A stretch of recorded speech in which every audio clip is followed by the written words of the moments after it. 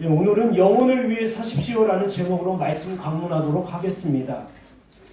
여러분, 그리스도인들은요, 영혼을 위해서 살아가는 자들이에요.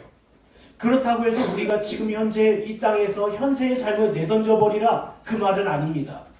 여러분, 내세를 향한 그 걸음, 그리고 영혼을 위해서 살아가는 하나님의 성도들은 오히려 오늘 하루하루의 삶을 충실하게 보낸다라는 거예요. 주님께서 말씀하셨습니다. 세월이 악하다. 네, 세월이 악하기 때문에 세월을 아끼라 말씀하셔요. 네, 이 세상이 악하다라는 것은 이 세상이 육신적이고 그리고 세상의 쾌락과 욕심을 따라간다라는 거예요. 그러나 하나님의 성도들은 영혼을 바라보며 영혼을 위해 살아가는 자들이에요. 그렇기 때문에 오늘 하루 동안 주님께서 내게 베푸신 소중한 하루임을 깨닫고 귀히 여긴다라는 겁니다. 어떻게 해요? 코람 네오로 살아간다라는 거예요. 나는 분명히 하나님의 영원한 나라에서 그분과 마주하며 영원토록 즐거워하며 예배하며 살 것이다. 그러나 내세의 삶에서는 무엇입니까? 현세의 삶은 무엇입니까? 동일하다라는 거예요. 이 땅에서도 우리는 어떻게 살아갑니까? 내세의 삶을 바라보는 것과 같이 하나님을 예배하며 경외하며 코람 네오로 살아간다라는 거예요. 아니, 나는 그냥 이 세상에서 그냥 내 뜻대로 내 소원대로 막 살아. 나는 천국만 가면 돼. 아닙니다. 아닙니다. 네. 우리는요, 네, 영혼을 바라보며 살아가는 자들이에요. 그리고 이 땅에서 육신을 입고 비록 이 땅에 머물러 있지만 우리는 영혼처럼 살아가는 자들이라는 거예요. 세상 사람들은 무엇을 먹을까, 마실까, 입을까 고민하지만 우리는 무엇을 고민합니까? 하나님의 뜻이 어디에 있으며 우리는 과연 어디에 소속된 자들인지, 그리고 우리가 가야 하는 그 본향을 바라보며 이 오늘 하루하루를 걸어간다는 거예요. 예를 들면 이것과 같습니다. 하루 동안 직장 생활하면서 열심히 일을 해요. 근데 그 마음의 소원이 무엇입니까? 소망이 무엇입니까? 네, 퇴근하고 나서 나의 집이 있다라는 것과 가족들이 있다라는 것과 쉴 만한 처소가 있다라는 거예요. 똑같습니다. 우리가 이 세상에서 이 현세의 삶에서 수고하고 인내하는 것은 우리가 바라봐야 할 본향, 그리고 가야 할 처소, 그리고 영원한 삶이 있기 때문에 오늘 하루를 인내하며 걸어가는 거예요. 마치 운동선수와 같습니다. 운동선수들은 어떠합니까? 어린 시절부터요, 훈련을 해요. 그리고 뭐예요? 경기 그날, 자기 목에 메달이 걸려지는 그날까지, 예, 그날까지 그들은 어떠해요? 수고해요. 노력합니다. 땀을 흘립니다. 예. 고난 앞에서도 물러섬이 없어요. 여러분, 운동선수들 훈련하는 거 얼마나 힘든 줄 아십니까? 굉장히 어려워요. 굉장히 수고롭습니다. 그런데 그들이 바라보는 건 뭐예요? 그 결승점이에요. 자기 목에 그 메달이 걸려지는 그날을 바라보고 달려간다는 것입니다. 마찬가지 하나님의 성도들도요, 지금 다름질하고 있어요. 다름질하고 있어요. 달려가고 있습니다. 어느 날을 향해서 영원한 삶, 영원한 날, 우리가 가야 할 그 본향을 위하여 나아가고 있다는 것입니다. 그렇다면 마가복음, 마태복음 7장 11절에 이런 말씀이 있어요. 아무리 악한 자라 할지라도 자녀들에게 좋은 것을 준다라고 되어 있어요. 하물며 하늘에 계신 아버지께서 우리를 위하여 좋은 것을 주시지 않겠느냐. 좋은 것은 무엇입니까? 하나님의 나라예요. 아무리 악한 자라 할지라도 그 자녀에게 좋은 것을 구해야 할 텐데, 그렇다면 저와 여러분을 과연 저와 여러분을 물론이거니와 여러분의 자녀를 위해서 무엇을 구하고 있냐라는 거예요. 예. 그들에게 있어서 이 세상에서 먹고 사는데 최선을 다하여 살아가라 이겁니까? 아니면 우리와 같이 동일하게 영혼을 바라보며 살아가자 이겁니까? 여러분, 지혜로운 부모가 되셨으면 좋겠습니다. 지혜로운 남편, 지혜로운 아내, 지혜로운 자녀들이 되었으면 좋겠어요. 결국 하나님께서는 그 자녀들에게 원하는 것은 그겁니다. 하나님의 나라예요. 그리고 영원한 본향입니다. 그리고 영원한 삶이에요. 영혼을 위해서 살아가기를 원하셔요. 그래서 예수 그리스도를 이 땅에 보내셨다라는 것입니다. 그렇다면 여러분은 여러분의 자녀들과 가족들과 이웃들과 그리고 여러분의 공동체 가운데 우리가 소원해야 되는 것은 무엇입니까? 바로 다른 것 없어요. 하나님의 나라, 영혼입니다. 그래서 오늘 하루 우리는 무엇을 위해 살아갑니까? 영원을 살아가는 거예요. 사드락, 메삭, 아벳느고가 금신상 앞에 절하지 않았어요. 그의 생명이 경강에 달렸음에도 불구하고 영원히 사는 사람들은 당장의 죽음을 두려워 그 앞에 타협하는 것이 아니라 그 고난과 그 죽음의 자리를 즐거이 감당했다라는 것입니다. 왜요? 그들은 영혼을 위해 살아가는 사람들이기 때문입니다. 네. 사랑 여러분, 저와 여러분은 오늘날 누구 앞에 무릎을 꿇고 계십니까? 그리고 우리는 무엇을 붙잡고 살아가십니까? 그리고 우리는 무엇을 위하여 추구하십니까? 우리는 오늘 현세적 삶을 살아가는 가운데 우리는 고난 가운데 인내하고 수고하며 기다리는 것은 우리는 영원한 본향, 우리가 거할 초소, 영원한 자리가 있기 때문입니다. 그렇다면 오늘 본문을 통하여서요, 영혼을 위해 사는 것이 무엇인지에 대해서 한번 생각해 보도록 하겠습니다. 우리 본문 18절에서 23절까지요, 우리 한 목소리로 합독하도록 하겠습니다. 시작! 어떤 말과 이르되 수많은 선생님이여 내가 무엇을 하여야 영생을 얻으리까 예수께서 이르시되 내가 어찌하여 나를 선하다 했느냐 하나님 분명히 선한 자가 없느니라 내가 행하나니 이는 반성하지 말라 생각하지 말라 거짓하지 말라 거짓말하지 말라 내 꿈을 공부하라 하였느니라 여자오되 이것은 내가 어디서부터 다 지켰나이다 예수께서 이 말을 들으시고 내가 아직도 한 가지 부족한 것이 있으니 내게 있는 것을 다 팔아 가난한 자들에게 나눠주라 그리하면 하늘에서 내게 보아라 하시리라 그리고 와서 나를 따르라 하시니 그 사람이 큰 문자임으로 이 말씀을 듣고 심히 근심하더라. 네. 먼저 영혼을 위해서 산다는 것은요, 자기 영혼을 그리스도께 맡긴다라는 것입니다. 뭐라고요? 우리가 영혼을 위해서 살아간다는 것은요, 자기 자신을 그리스도께 맡기며 그리스도를 따른다라는 것입니다. 마태복음에 보면, 마태복음 16장 24절에 보면 누구든지 나를 따라오려거든이라고 주님께서 말씀하셔요. 그 뜻은 무슨 뜻입니까? 영혼을 위해 살아가는 자들은 그리스도를 따를 수밖에 없다라는 것. 그리고 그리스도께 자기 자신을 맡길 수밖에 없다라는 것입니다. 여기 본문 18절에 보면 어떤 부자 관리가 나옵니다. 어떤 관리가 물어 이르되 선한 선생님이여 내가 무엇을 하여야 영생을 얻으리까? 이 청년은 여러분도 잘 아시는 유명한 청년입니다. 부자입니다. 젊은 관리입니다. 젊어요. 율법에 있어서 열심히 있던 자였습니다.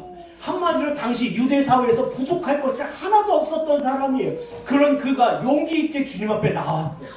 이 당시에요, 주님 앞에 나왔다는 것은 내 생명을 이분께 맡기겠다라는 것.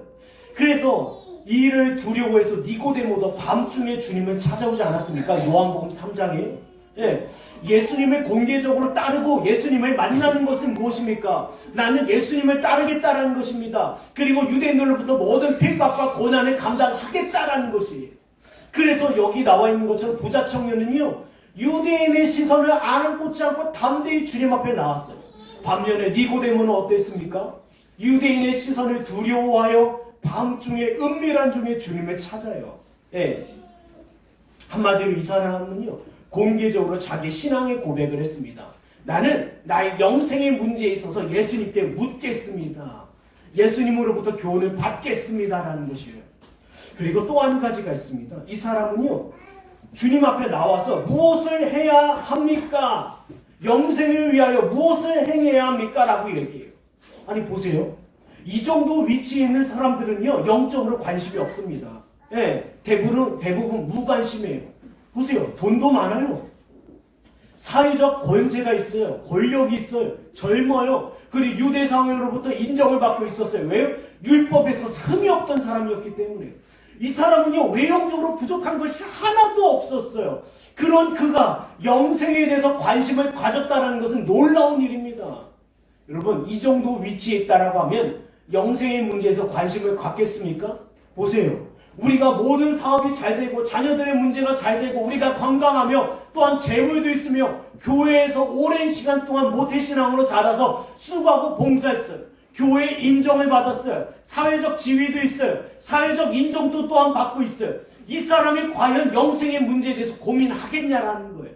안 한다라는 겁니다. 무관심합니다. 그리고 자기는 부족함이 없다라고 여겨요. 이 당시 유대사회의 모습이고요, 오늘날 한국교회의 모습이에요. 보세요. 스가랴 7장 11절에서 12절에 이런 말씀이 있습니다.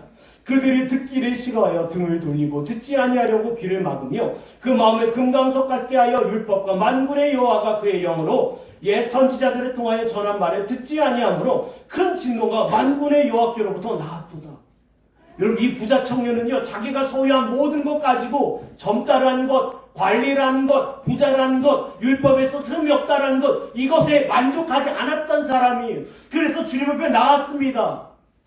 적어도 자기 영혼의 문제에 있어서, 영혼의 문제에 대해서 관심이 있던 사람이에요. 오늘날 사람들 이런 관심 있는 사람 있습니까?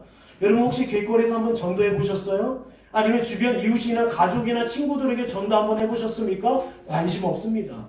이 일이 잘 되고 잘 풀리는 사람들 조금도 관심 없어요. 네. 그러나 이 부자 청년은 어떠했습니까? 그렇지 않았다라는 것.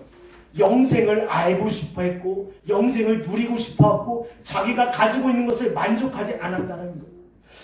본문 20절에서 21절에 보면 이가 이렇게 얘기합니다. 주님께서 이렇게 얘기하셔요. 내가 계명을 안 하니 간음하지 말라, 살인하지 말라, 도둑질하지 말라, 거짓 증언하지 말라, 내 부모를 공경하라 하였느니라. 그의 대답이요 21절에 내가 어려서부터 다 지켰나이다. 한마디로 나는 부족함이 없습니다. 그런데 그의 대답에 문제가 있었어요. 19절을 보면 주님께서 말씀하십니다. 예수께서 이르시되 내가 어찌하여 나를 선하다 일컫느냐, 하나님 한 분 외에는 선한 이가 없느니라. 보세요. 지금 이 부자 관원이요, 예수님을 제대로 이해하고 있다라고 하면 선한 분은 하나님 외에 없어요. 다시 말씀드리자면 예수님을 하나님으로 여겼어야 됐어요. 그가 제대로 이해하고 그가 제대로 예수님을 바라보고 있다라고 하면 예수님을 향해서 하나님으로 여겼을 거예요. 그런데 부자가요, 예수님을 바라보는 시선은 무엇입니까? 예수님은 외형적으로 도덕적이고 윤리적인 삶을 살았어요. 사람들 앞에서 조금이라도 흠이 잡힐 만한 것이 없었으며 선한 분이셨어요. 그래서 예수님 앞에 나왔습니다. 선한 선생님이요, 저도 당신과 같은 선한 사람입니다. 이거예요. 당신으로부터 나는 인정을 받고 싶습니다. 저도 당신과 같은 선한 사람입니다. 라고 이야기하는 거예요. 근데 예수님께서 말씀하셔요. 천하 사람 중에 선한 사람이 없다라는 것이에요. 천하 사람 중에. 네가 지금 내 앞에서 율법을 다 지킨다 이야기하고 있지만 하나님, 여러분, 선하다라는 것은 무슨 뜻입니까? 모든 율법을 다 지켜 행한다라는 것. 네. 하나님 외에 이 율법을 다 지켜 행할 수 있는 사람이 없다. 고로 네가 제대로 나를 이해하고 있다라고 하면 나는 하나님이다라는 것. 나는 하나님이다. 그런데 제대로 이해하고 있었습니까? 이해하지 못했어요. 본문 22절에서 23절에 보면 결국 이 사람이 어떠합니까? 예수님께서 말씀하셔요. 예수께서 이 말을 들으시고 이르시되 내게 아직도 한 가지 부족한 것이 있으니 내게 있는 것을 다 팔아 가난한 자들에게 나눠주라. 그리하면 하늘에서 내게 보화가 있으리라. 그리고 와서 나를 따르라 하시니 23절에 그 사람이 큰 부자임으로 이 말씀을 듣고 심히 근심하더라. 다른 본문에서는요, 심히 근심하고 예수님을 떠나갔다라고 했어요. 지금 예수님께서는요, 재물을 버려라, 탐심을 버려라, 그 말씀을, 그 명령을 듣고 오히려 이 부자 관원은 어땠습니까? 예수님을 버렸어요. 그의 결정적인 모습입니다. 아니, 사람들 앞에서요, 대단한 모습으로 나왔어요. 유대인의 시선을 아랑곳지 않았습니다. 모든 것을 가지고 있다 하더라도요, 그것을 부족함으로 여기고 영생의 비밀을 알고자 했어요. 그럼에도 불구하고 주님께서 그의 마음 가운데 중심을 살펴보셨어요. 그 마음을 살피고요, 자신이 무지하다라는 그 무지를 깨트리셨어요. 하나님 외에는 선한 사람이 없다. 네 마음에 있는 탐심이라는 우상숭배를 내던져 버려라. 내 마음 가운데 있는 이 우상숭배를 해결받지 않는다라고 하면 너는 결단코 하나님의 나라에 들어갈 수 없다. 보세요, 사랑하는 여러분, 갈라디아서 3장 10절에 보면 율법 하나라도 어겼으면요, 모든 율법 다 어긴 겁니다. 여러분, 율법이요, 예를 들자면 10가지예요. 10개면 10개 중에서요, 하나라도 어긴다고 하면 다 어긴 거예요. 이게 주님의 말씀입니다. 그런데 지금 부자 청년 어땠습니까? 자기 마음을 교묘하게 숨기고 주님 앞에 나왔어요. 탐심이라는 우상숭배를 감추고 주님 앞에 나왔습니다. 그리고 자기 외형적으로 나타나는 모습을 통해서 나는 선하다 여김을 받길 원했다라는 거예요. 그의 무지함을 깨트리시는. 그러자 그가 어떠합니까? 심히 근심하며 돌이켜 떠나갔어. 오히려 주님을 버렸다라는 것입니다. 주님을 떠났다라는 거예요. 사랑하는 여러분, 영혼을 위해서 살아가는 사람들은요, 자기 자신에 대해서 어떤 신앙의 고백, 제가 지금까지 이런 체험이 있습니다. 하나님께서 제게 이런 말씀을 주셨습니다. 하나님께서 제게 이런 은혜를 주셨습니다. 이런 말 늘어놓지를 않아요. 늘어놓지를 않습니다. 여러분, 주님께서요 부르시고요, 주님의 제자들의 공통점을 한번 살펴보세요. 저는 이런 사람이었습니다. 자기 죄에 대해서 이 죄의 문제를 하나님께서 어떻게 해결해 주셨는지에 대해서 고백을 해요. 사도 바울의 간증도 다 그러합니다. 나는 과거에 이와 같은 사람이었습니다. 그러나 하나님께서 성령의 능력으로 말미암아 나를 회심케 하셔서 이와 같은 일을 감당하게 하셨습니다. 유대인들을 향해서 계속 이야기하는 것이 이거였어요. 너희 마음 가운데 있는 문제를 가지고 주님 앞에 나와라. 지금 이 부자 관원이요, 만약에요 하나님의 은혜가 그에게 있었다라고 하면 어땠습니까? 자기 마음 가운데 탐심이란 우상 숭배를 주님 앞에 쏟아놓고 회개했을 거예요. 주여, 내가 믿습니다. 나를 불쌍히 여겨 주십시오. 요한복음 21장에 보면 사도 베드로의 고백이 나옵니다. 거기에 보면요, 예수님께서요, 그들이 예수님을 팔아먹었다라는 그 죄책이 있고요, 그들이 다시 갈릴리 바다로 가서 어부생활로 돌아갑니다. 어부생활을 하다 보니까 저게 예수님께서 그들을 위해서 또 전과 같이 부르실 때와 같이 물고기를, 떡과 물고기를 굽고 계셔요. 그 모습을 보고 베드로가 어떠합니까? 뛰어드는 거예요. 야, 저분은 예수님이다. 뛰어듭니다. 예수님께서 베드로에게 이런 질문을 하십니다. 요한의 아들 시몬아, 나를 사랑하느냐? 그의 대답 속에 결국 무엇이 담겨 있습니까? 여러분, 주께서 모든 것을 아십니다라는 거예요.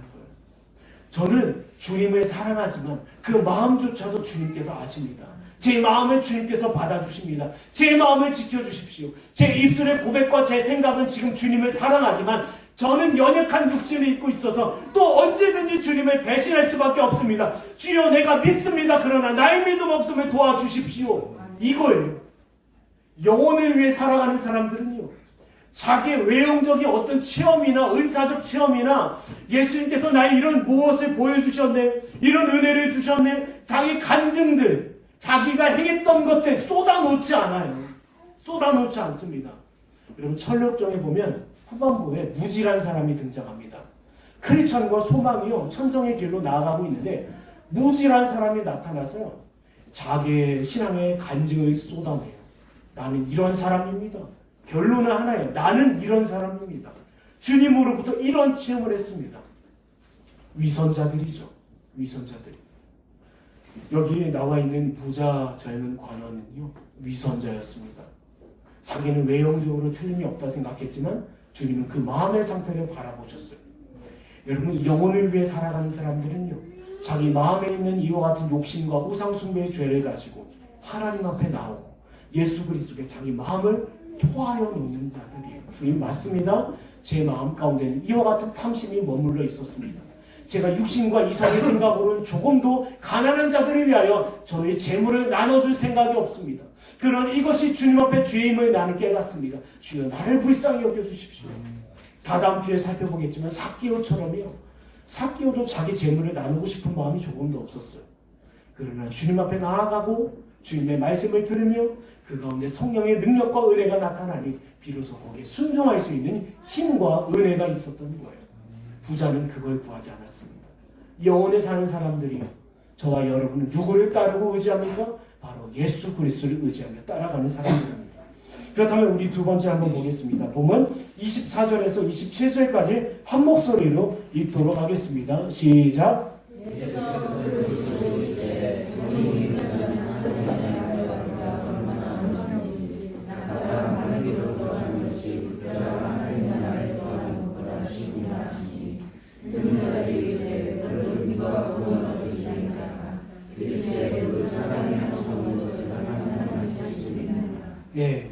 다음으로요, 영혼을 위해 산다는 것은 마음이 가난한 자가 된다는 거예요. 마음이 가난한 자. 우리 본문 24절에서 25절에 보면 주님께서요, 이제 부자 청년이 떠났습니다. 떠나고 나서 제자들에게 이 상황에 대해서 말씀을 주셔요. 말씀 내용을 보면 부자가 하나님의 나라에 들어가는 것이 어렵다라고 얘기해요. 결코 쉽지 않다라고 얘기해요. 마치 낙타가 바늘귀에 들어가는 것이 오히려 더 쉬운 일이다라고 말씀하셔요. 그럼 제자들의 답변이 이러합니다. 누가 구원을 얻을 수 있습니까? 이 본문을 통해서요, 외형적으로 단지 부자들을 향해서 주시는 말씀인가? 부유한 자들을 위해서 주시는 말씀입니까? 아닙니다. 아닙니다. 물론 세상에서요, 부유한 자들, 재물이 조금도 부족함이 없이, 마름이 없이 넉넉한 데 있는 사람들은요, 하나님의 은혜와 구원의 진리에 대해서 알고 싶어 하지를 않아요, 대체적으로. 왜요? 나는 이 세상에서 내 마음이 풍족하고 공급이 넉넉하기 때문에 나는 굳이 주님으로부터 공급받을 필요가 없다. 왜 2000년 전에 나를 위하여 죽으신 예수를 왜 내가 믿어야 되냐? 나를 위해 예수가 죽었다고 하는데 나는 주님을 믿고 싶지 않다. 예수를 따르고 싶지 않다. 왜요? 지금 오늘날 내가 머물러 있는 이 세상에서 받는 유익이 크기 때문에. 마치 롯의 아내처럼 말이에요. 비록 소돔은 떠나왔지만 그녀의 마음은 어디에 있었다? 소돔에 있었어요. 주님께서 여기서 부자라고 하시는 자들, 하나님의 나라에 결단코 들어올 수 없는 그 부자들은요, 마음이 부유한 자들이에요. 이 세상에서 누리고 싶은 것, 이 세상에서 얻고 싶은 것, 이 세상에서 잊고 싶은 것, 그 같은 소망으로 가득 찬 자들, 그런 자들은 하나님의 나라에 들어갈 수 없다라고 말씀하시는 겁니다. 왜요? 여러분, 그들은요, 곧 망해버릴 이 세상 가운데서 모든 만족과 마음을 그 가운데 메워두고 있기 때문이에요. 네, 메워두고 있기 때문입니다. 물론 재물이 많은 자가 해당될 수도 있어요. 그러나 재물이 적은 자도 그의 마음 가운데 탐심이 가득하여 돈을 향하여, 물질을 향하여, 재물을 향하여 내달리고 있다라고 하면 그 또한 마음이 부유한 자라는 거예요. 여러분, 마음이 중요합니다. 마음을 우리 심령의 최후의 보루로 삼으십시오. 여러분, 6.25 전쟁 때요, 인민군이 밀려오지 않았습니까? 지금 대구 경산 지역까지 밀고 와가지고요, 이제 우리나라가 위태한 상황 아니었습니까? 이것과 똑같아요. 이것이 뚫리면 우리는 부산 앞바다에 빠지는 거예요. 마찬가지입니다. 신자에 있어서 최후의 보루는 무엇입니까? 마음이 최전방입니다. 전방이 뚫리면 큰일 나는 일처럼 우리 마음이 뚫리면 큰일 나는 거예요. 주님께서 말씀하셔요. 그 마음이 세상을 향하여 열린 자들, 세상 앞에서 무너진 자들, 세상 욕심으로 가득한 자들은 하나님의 나라에 관련이 없다라는 것입니다. 네, 여기 마가복음 7장 21절에서 22절을 한번 보겠습니다. 속에서 그 사람의 마음에서 나오는 것은 악한 생각, 곧 음란과 도둑질과 살인과 간음과 탐욕과 악독과 속임과 음탕과 질투와 비방과 교만과 우매함입니다. 왜요? 자기 욕심에 가득 차기 때문에 나요. 나를 위하여, 나만을 위하여, 나를 사랑하기 때문에 그 마음에 딱 봤을 때 주님께서는 뭐예요? 자기 사랑 외에는 없는 거예요. 이런 자들 하나님의 나라에 들어갈 수 없다라는 것입니다. 그렇다면 오늘날 우리가 분명히 버려야 될 거가 있어요. 우리 마음에서요. 우리 손에서요. 우리 마음과 손에서 우리가 행실에서 버려야 될 것이 분명합니다. 혹시 핸드폰을 자기 소망으로 삼고 살아가십니까? 혹시 자기 TV나 아니면 세상에서 누리는 것들 어떤 진리와 전혀 관련 없는 것에 우리 마음을 빼앗기고 있습니까? 그것을 버려야 돼요. 영혼과 전혀 관련 없는 것입니다. 영혼을 위해서 사는 방법이 아니에요. 오늘날 한국 사람들 대부분 어디에 빠져 있습니까? 물론 외형적으로 물질에 빠져 있지만요. 좀 이따도 살펴보겠지만 무엇에 빠져 있어요? 네, 하나같이 자기 자신에게 빠져 있어요. 맛집을 찾아다니며, 그리고 여행지를 찾아다니며, 네, 해외 여행을 다니며. 대학생들이 요즘에 주제가 뭔지 아십니까? 너 방학 때 몇 개국 갔었어? 네, 방학 때 몇 개국 갔었어? 그리고 너 무엇을 했어? 너 여자친구, 남자친구 몇 번째야? 누구야? 너 또 바뀌었네? 이게 다 관심이에요. 사람들의 관심. 네, 무엇을 먹을까? 무엇을 마실까? 노아의 때와 같이 교회는 외형적으로는 다녀요. 그러나 세상 사람들과 교회 다닌 사람이 가시적인 특징이 없어요. 눈을 씻고 찾아봐도 거기에서 거기에요. 이게 마지막의 징조입니다. 사랑하는 여러분, 우리가 영혼을 위해서 살아간다고 하면서 여전히 이 세상의 것을 목말라 있고 내 손에 붙들린 바 되어 있다라고 한다면 우리는 그것을 내던져 버려야 된다는 것입니다. 여러분, 다윗이요, 밧세바 사건을 일으켰습니다. 아시죠? 밧세바 사건 끝나고 나서 나단 선지자가 책망합니다. 책망할 때 자기 권력과 자기 왕위와 자기 업적을 드러냈습니까? 책망을 받는 자리 앞에서 내가 누군지 아느냐? 나는 이 나라의 왕이야. 나의 권력이 어떠한지 아느냐? 아니, 책망받는 자리 앞에서 그 모든 것을 내던져 버렸다라는 거예요. 자기 마음 가운데 틈타있던 욕심과 부패함과 정욕과 그리고 생명과 영혼과 전혀 관계없었던 것을 버렸다라는 겁니다. 이것을 버리지 않는다라고 하면 우리는 결코 하나님의 성도가 될 수 없으며 하나님의 성도라고 일컬음을 받을 수가 없어요. 우리 이사야 66장 2절입니다. 나 여호와가 말하노라. 내 손이 이 모든 것을 지었으므로 그들이 생겼느니라. 물은 마음이 가난하고 심령이 통회하며 내 말을 듣고 떠는 자 그 사람을 내가 돌보려니와. 여러분, 하나님께서 그 마음을 돌보신다라는 거예요. 심령이 가난한 자는 복이 있나니, 애통하는 자는 복이 있나니, 온유한 자는 복이 있나니, 의에 줄이고 목마른 자는 복이 있나니. 왜요? 우리 마음이 주를 향하여 갈망하며 영원한 삶을 누리고 싶어하며 하나님의 영원한 나라를 꿈꿔하는 자들은 상대적으로 이 세상에서 심히 가난한 자들이기 때문에 마음이 가난하며 심령이 가난하며 때로는 억울한 일을 받을 수 있고 어려운 일을 당할 수 있어요. 그의 마음에 가난함을 갖고 누구 앞에 나갑니까? 그리스도 앞에 나간다라는 거예요. 근데 우리는요, 어떠합니까? 사람들은 어떠합니까? 그 마음이 세상의 욕심으로 가득 차 있어요. 사람을 찾아갑니다. 사람이 찾아서 사람으로부터 도움을 받아요. 물론 하나님께서 사람을 통하여 유익을 주실 수도 있죠. 그러나 그의 근본적인 생각은 하나님은 다음이에요. 하나님은 다음이에요. 진짜 중요한 건 무엇입니까? 이 세상에서 자기 자신이 잘 되는 겁니다. 그런 사람들은 결코 그 심령이 가난한 자라고 할 수 없어요. 그렇다 본문 26절에 제자들이 주님께 묻습니다. 과연 누가 구원을 얻을 수 있습니까? 예. 이에 주님께서 말씀하신 27절에 사람이 할 수 없는 것을 하나님은 하실 수 있다라고 말씀하셔요. 우리 로마서 5장 5절을 보겠습니다. 로마서 5장 5절. 로마서 5장 5절을 보면 소망이 우리를 부끄럽게 하지 아니함은 우리에게 주신 성령으로 말미암아 하나님의 사랑이 우리 마음에 부음받으니 이겁니다. 이거. 하나님께서요, 저와 여러분의 마음에 가난하게 하실 수 있어요. 어떻게요? 하나님께서 성령의 역사심으로 말미암아 저와 여러분의 심령을 낮추셔서 가난케 하셔요. 때로는 고난을 허락하여 주시며 때로는 시험을 허락하여 주셔요.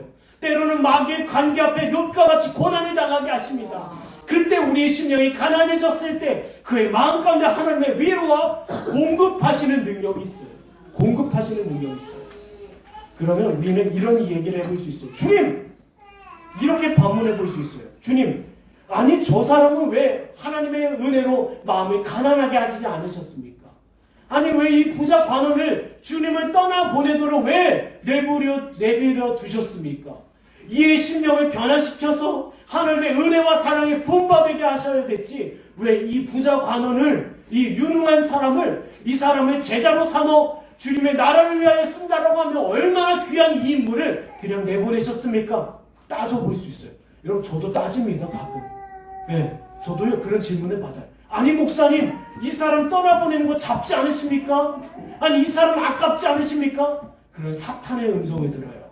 네, 저는 그걸 사탄의 음성으로 듣습니다. 보세요. 네, 로마서 9장 19절에서 21절에 보면 주님께서 분명히 말씀하셔요. 지음받은 물건이 어찌 반문할 수 있겠냐 이거. 그의 심령이 가난하고 겸손한 신자들이 어찌 주님을 향하여 반문하고 반대할 수 있겠냐라는 거예요. 하나님께서 영혼들을 향하여 이끄시는 그 섭리 가운데 우리의 심령은 어떠해요? 그 앞에서 가난해졌다는 것은 오히려 하나님께서 행하시는 일을 의지하고 신뢰하며 바라본다는 거예요. 근데 하나님, 저 사람은요, 이 사람은요, 왜 이 사람을 건지지 않으십니까? 이 사람이 지금 교회를 떠났습니까? 떠났습니다. 하나님, 이 사람은요, 왜 도우시지 않으십니까? 이런 말을 하는 사람들은 본인 스스로의 마음이 가난해지지 않았다는 것을 본인 스스로 입증하고 소개하고 있는 거예요. 네, 마치 자기 심령이 가난해진 것처럼. 사랑하는 여러분, 마음이 가난해진 자들은 영혼을 위해서 살아간다는 것입니다.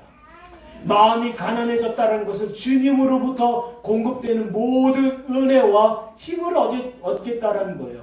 그것을 소원한다라는 것입니다.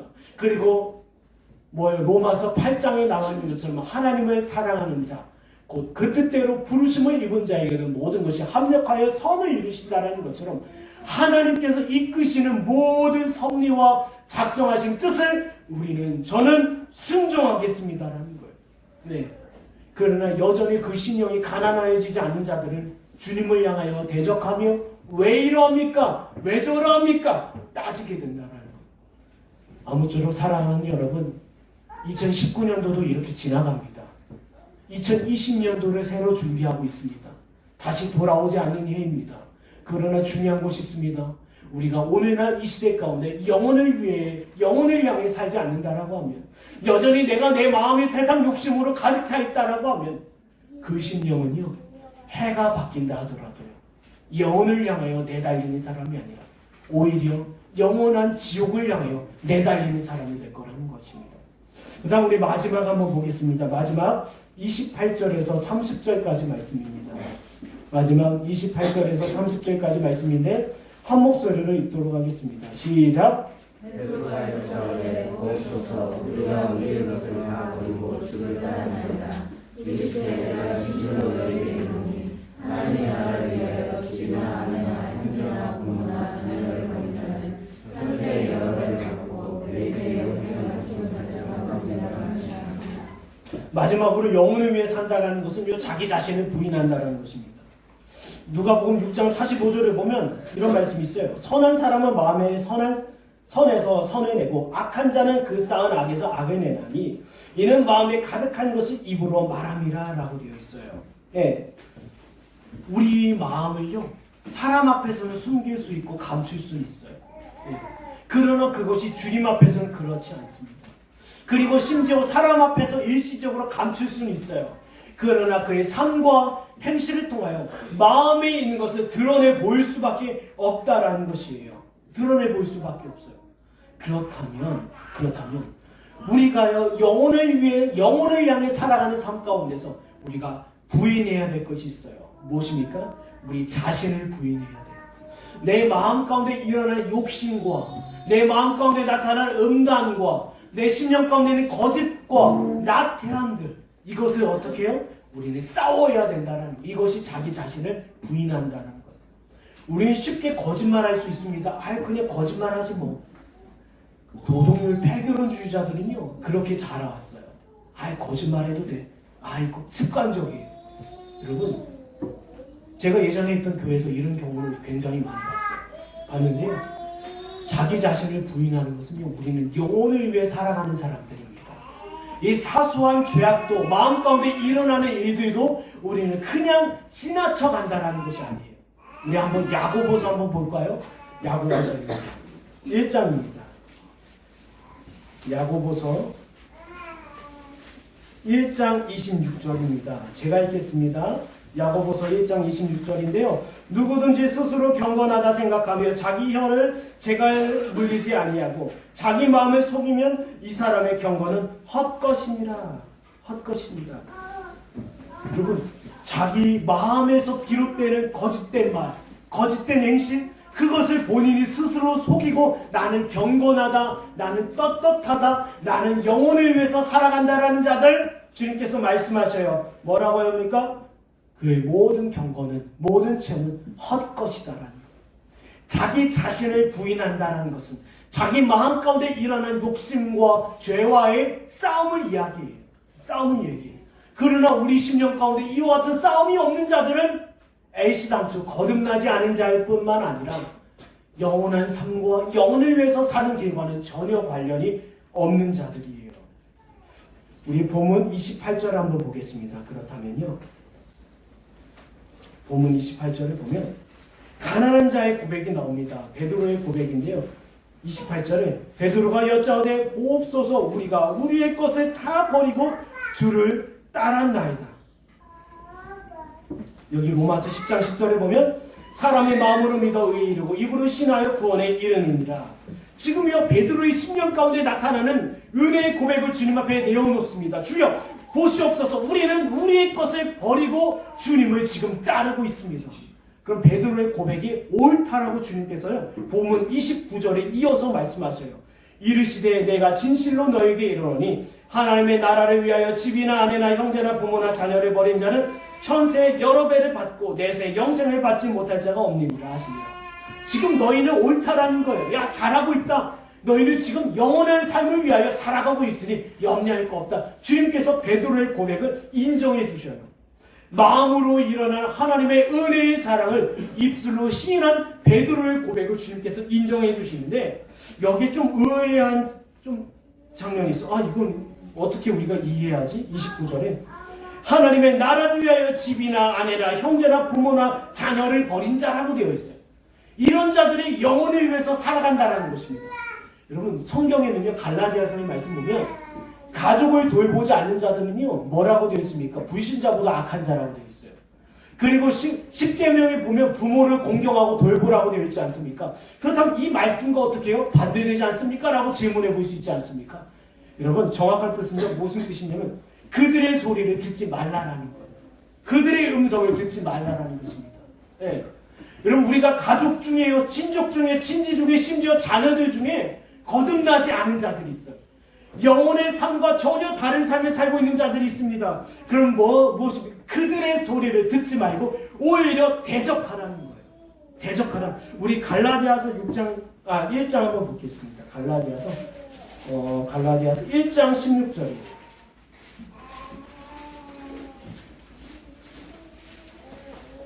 1장 16절을 보면요, 뭐라고 되어 있습니까? 그의 아들을 이방에 전하기 위하여 그를 내 속에 나타나기를 기뻐하였을 때 내가 곧 혈육과 의논하지 아니하고. 사도 바울의 고백이죠. 자기가 유대교에 있었을 때 유대교에서 열심히 있지 않았습니까? 그런데 다메섹 도상에서 그가 회심을 체험해요. 그 일에 대해서 나는 가족들과 친지들과 이웃들과 의논하지 않았다라는 거예요. 하나님께서 주신 은혜의 방편 가운데 자기는 순종하고 따라갔다는 것입니다. 자기 자신을 부인하고 따라갔다는 거예요. 가족들 얼마나 보고 싶습니까? 철록종에 보면 크리스천이요, 하나님의 말씀을 믿고 누구를 버리고 떠나요? 가족들, 자녀들을 버리고 떠나요. 이것입니다. 주님께서 말씀하죠. 거듭나지 아니한 자, 불신자들, 그들의 비록 가장 가까운 이웃이다, 가족이다, 형제라, 친척이라 할지라도 그들의 말에 따르지 말라라는 거예요. 지금 주님의 말씀입니다. 여러분, 우리의 믿음은 혈육에 속한 것이 아닙니다. 여러분, 지금 사도 바울이 이와 같이 할 수밖에 없었던 이유는요, 이미 유대인들이 무엇이었습니까? 배교했어요. 우리 한번 볼까요? 요한복음 19장 15절. 19장 15절을 보면, 오늘은 유대인들도 구원을 맞아요. 유대인들도 구원을 받아야 되지만 그들도 회심해야 구원을 받을 수 있는 거예요. 요한복음 19장 15절을 보면 무슨 말씀이 있냐면, 그들이 소리를 지르되 없이하소서 없이하소서, 그를 십자가에 못 박게 하소서. 빌라도가 이르되 내가 너희 왕을 십자가에 못 박으랴? 대제사장들이 대답하되 가이사 외에는 우리에게 왕이 없나이다 하니. 이들이 지금 배교했어요. 배교했습니다. 아니, 이스라엘에 있어서 참된 왕이 누구입니까? 하나님이죠. 그러나 그들의 신과 그들의 하나님은 누구입니까? 가이사입니다. 우리의 하나님은 가이사입니다. 이스라엘이 지금 배교한 거예요. 마치 모세가요, 십계명 받기 위해서 시내산에 올라갔을 때 아론을 비롯하여 이스라엘의 금송아지 만들고 이것이 우리를 애굽에서 인도하여낸 하나님이다라고 했던 것처럼 이스라엘의 배교였어요. 그렇다면 사도 바울은 어때야 합니까? 그들의 소리를 들어야 됩니까? 아니죠. 오히려 싸워야죠. 일들이 있습니다. 이와 같은 일이 있고요. 주님께서 말씀하셔요. 누가복음 12장 교환에 있습니다. 누가복음 12장을 보면 내가 세상에 화평을 주려고 온 줄 아느냐? 내가 너에게 이르노니 아니라 도리어 분쟁하게 하려 함이로다. 이후부터 한 집에 5사람이 있어 분쟁하되 셋이 둘과 둘이 셋깔이니 아버지가 아들과 아들이 아버지와 어머니가 딸과 딸이 어머니와 시어머니가 며느리와 며느리가 시어머니와 분쟁하리라 하십니다. 왜요? 신앙이 다르기 때문에. 중생한 자와 중생하지 아니한 자의 싸움이에요. 그것이 우리 마음에도 있다라는 겁니다. 우리 마음에도요, 우리 일어나는 죄악과 더러움과 추락함을 놓고 우리는 이와 같은 싸움이 우리 안에 거침없이 일어난다라는 거예요. 사랑하는 여러분, 우리 안에 이와 같은 싸움이 없습니까? 그러면 그 자는 영생을 위하여, 영원한 삶을 위하여 사는 자가 아니라는 것입니다. 그렇다면 우리의 상황에 비추어 본다면 여기 보면 자녀들도 버리라고 되어 있어요. 우리에게 가장 소중한 사람은 누굽니까? 남편이에요? 아내예요? 자녀지 않습니까? 네. 근데 성경에 자녀도 버리라고 했어요. 오늘날 부모들이요, 자녀가 해달라는 건 다 해줘요. 근데 그 자녀가 만약에요, 하나님의 말씀에 반대되는 일을 행한다고 하면 어떻게 돼요? 과감히 얘기를 하죠. 너 그거 아니다. 그거 아니다. 그 길 가서는 안 된다. 그러면서 잠언서에는요, 자녀에게 매료되지 않는 사람 하면 자녀에 대한 모든 양육을 포기했다라고 해요. 자녀를 훈계하거나 양육하지 아니하는 부모가 있다라고 하면 그 자녀를 뭐야?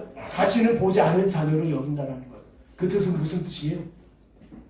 하나님의 나라에서 다시 보지 못할 수도 있다라는 겁니다. 아니면 거꾸로가 될 수 있어요. 거꾸로가. 진정한 참된 구원 백성이라고 하면요, 영혼을 향해 사는 자녀 부모라고 한다고 하면요, 그 자녀를 그 나라에서 다시 마주하기를 원할 거예요. 소원할 거예요. 그러니 자녀 또한 영혼을 위하여 살 수 있도록 안내하고 양육하고 때로는 매료될 수밖에 없다라는 것입니다. 주님께서 말씀하시는 잠언 15장 32절에 훈계를 받기를 싫어하는 자는 자기 영혼의 경히 여김이라 견책을 달게 받는 자는 지식을 얻느니라. 얻느니라. 제가 어디 사역하러 갔다가 어떤 지체가 저한테 질문했어요. 아니, 학교에서 이제 교사를 할 건가 봐요, 앞으로. 학교에서 학생들에게 훈계를 해야 되는데 훈계를 못하고 있습니다. 조금이라도 훈계를 하면 부모가 전화를 한대요. 제가 얘기했어요. 네. 아이들을 사랑한다면, 학생들을 사랑한다면 훈계해라. 부모로부터 어떤 소리를 듣는가 훈계하라. 그게 그 아이들을 살리는 길이다. 오늘은 어떻습니까? 자기 자녀에게 한마디라고 하면 부모들은 난리 나지 않습니까? 제가요, 어렸을 때는 교회에서도 회초리를 했어요. 저도 목사님한테 맞으면 살았어요. 구타가 아니에요. 훈계예요. 사랑하는 마음에서 훈계예요. 여러분, 사랑하는 마음에서 훈계를 하지 않는다라고 하면 그 자녀를 오히려 진짜 버리는 자. 자녀들이 그릇된 길로 간다고 하면 당연히 회초리를 대야죠. 훈계를 해야죠. 그리고 어떠해요? 자신과 같이 영원한 삶을 위하여 갈 수 있도록 안내해 주는 것이 저와 여러분의 역할이라는 것입니다. 그렇다면 본문 마지막 30절을 보면요, 주님께서 말씀하셔. 현세 여러 배를 받고 내세 영생을 받지 못할 자가 없느니라. 없느니라. 보세요. 자기 자신을 부인하는 자들은요, 오히려 그 가운데서 주께서 베푸시는 은혜의 공급이 있을 거라는 거예요. 스가랴서의 말씀처럼요, 두 감람나무가 있어요. 그리고요, 등잔대가 있습니다. 관으로 연결이 돼서 그 불이 꺼지지를 않아요. 기름이 계속 공급되는 것처럼 저와 여러분이 이 세상의 쾌락과 즐거움을 부정하고 내 마음 가운데 일어나는 죄악된 생각과 싸워 애써 수고하며 히브리서 12장 4절의 말씀처럼 피 흘리기까지 수고하고 싸웁니다. 그리고 자녀들, 가족들, 거듭나지 아니한 자들과 대적하며 싸워요. 명절마다 절하십시오. 난 절 안 합니다. 저는 크리스찬입니다. 제가 금요일에 어디 수련회 갔다가 어떤 지체가 군대에서 어렵습니다 라고 얘기해요. 이렇게 얘기하죠. 저는 크리스찬입니다. 선임이 술을 버려요. 아닙니다. 저는 크리스찬입니다. 이게 뭐예요? 버리는 것과 자기를 부인하는 것과 애쓰는 삶이에요. 여기 나와 있어요. 이 현세에서요, 우리가 버렸을 때 주님께서 체험받고 모든 위로와 격려가 위로가 어디로부터? 하늘로부터 임한다. 우리 한번 이 말씀 찾아볼까요? 디모데후서 4장입니다. 디모데후서 4장.